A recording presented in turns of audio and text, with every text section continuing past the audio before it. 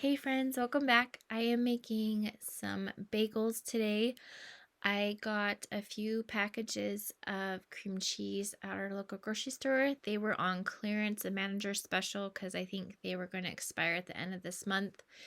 So I got a few, and my kids were begging for bagels because they love bagels and cream cheese. So I'm just getting it started here. This is just a yeast bagel. This is not a sourdough, which I have made sourdough ones, which I will probably show a video of those ones. These are just some quick, easy ones. They wanted them this morning, and I knew a sourdough ones would need to ferment overnight, is how we do ours. So I just started putting all the ingredients into the mixer, and this mixer is actually not mine. As you see, most of my recipes, I just use an old white KitchenAid. I think it was like an original. It was actually given to me by my mom, but this is her. It's like a Bosch off brand or a different brand, but it can hold a lot more dough and flour. So I think this recipe calls for like 6 or 8 cups of flour, and I think my KitchenAid, it's the smaller bowl. It only holds, like, if I do anything, like even with 5 or 6 cups, it sometimes the dough winds up the hook and into like the motor part, and I'm always having to clean that out. So I asked her if I can use her mixer that holds a lot more dough so that I can make these for my kids. So she's very nice to lend this to me. So yeah, I started putting all the ingredients into the mixer, and I let it mix for a while. It's a very tough dough. Bagels, I feel like, use a lot of flour, and it's even me holding on to me holding on to this. I was worried it was kind of like wobbling, and I was like, oh, I don't want it to break. And so I kind of held on to it while I mixed it, and then I let it ferment or rise inside the mixer for an hour while I did morning chores and helped my kids with stuff. And this is me pulling it out. I did not know how to get this bowl off the mixer, so I just grabbed it and started pulling the dough out to get ready to shape into bagels. I did double this recipe, so the recipe that I will link in the description box, I did double it. So I think the original recipe makes 8 bagels, but I know in my family of 5 that is nothing. It will be gone within 10 minutes of pulling out of the oven, and so I knew they would want some more, so I doubled the recipe. And so I cut them into 16 pieces, and then I shape them. And I know online there is so many different techniques to shaping bagels, just poking a hole and stretching it, or even rolling it like a snake, or how you would make pretzels and then just combining it.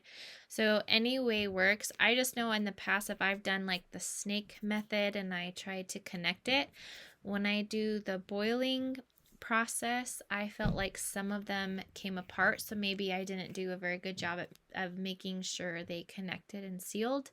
So I just kind of tend to roll it in a ball, a smooth ball, and then poke my finger through the middle. And once they are all cut and shaped into your desired bagel shape, you will let them rise one more time on the cookie sheets. And sorry for being so distracted. My daughter was showing me stuff that she was doing in the living room. Once they are all shaped, you're gonna let them rise. And I put a wet towel, or you can even use paper towel if that's what you have, on top so that they do not dry out and get like a harder skin layer over them.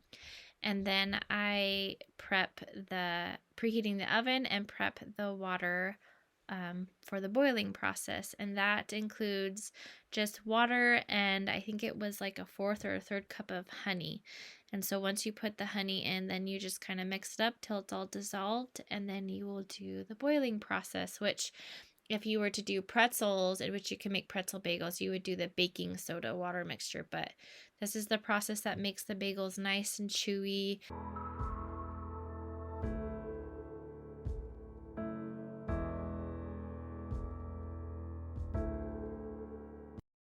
While the water is boiling, you will do your egg wash, which is just 1 egg white, and I think it was a tablespoon of water. This is what you brush on top of the bagels to get that nice color. And if you add any toppings like bagel seasoning or cheese you can do on top, or any cinnamon sugar, anything you put on. This egg white mixture is what helps the stuff stick to the bagels. So now that my pot is, I turned it down low onto a simmer, and then I put 4 bagels in at a time inside my pot, and I boiled them for a minute on each side, and then I just would take them out and put them back on the same parchment paper and cookie sheet, and then do the next batch. So then I would do 4 at a time. I made 8 bagels onto each cookie sheet, so there was 2 cookie sheets that I did. Once they came out, you can wait a few minutes for them to cool before you put the egg wash on if you're worried about any like cooked egg on top. But I put it on right after, and I didn't feel like it was a big deal. And then I sprinkled my everything bagel seasoning. I just get this in bulk at Winco if you have that store locally to you. I know Trader Joe's, I think, carries a smaller jar, but Winco, you get it in the bulk section, and you can put as much as you want. It's just by the pound. They just weigh it. So this is how I do it, and I store it in a quart jar.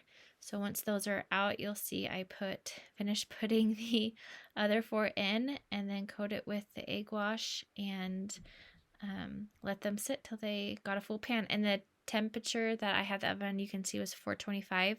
I only made a few of the everything bagel. That is my favorite. I grew up having an everything bagel. You put cream cheese on one side, a slice of turkey, and a fried egg, and sandwich it together, and it is just so nostalgic to me. But tell me in the comments below what your favorite type of bagel and to eat it. Are you just a classic plain bagel with cream cheese like my kids, or do you like toppings, or what kind of sandwich you like with it? I grew up with it toasted too, toasting them with bagels. And my kids prefer them not. Even when I put them in the refrigerator afterwards, we kind of store our bread, sourdough, bagels, whatever, biscuits, all in the fridge, and our tortillas. So they like it cold with cream cheese. But yeah, so let me know in the comments what your favorite way to eat a bagel is. So now I am on the last process and about to bake them. And I just do 1 pan at a time just so they can still get the color. If I did 2 pans at a time, I don't feel like the bottom pan would get the nice golden brown color we like on the top, but you can totally give that a try.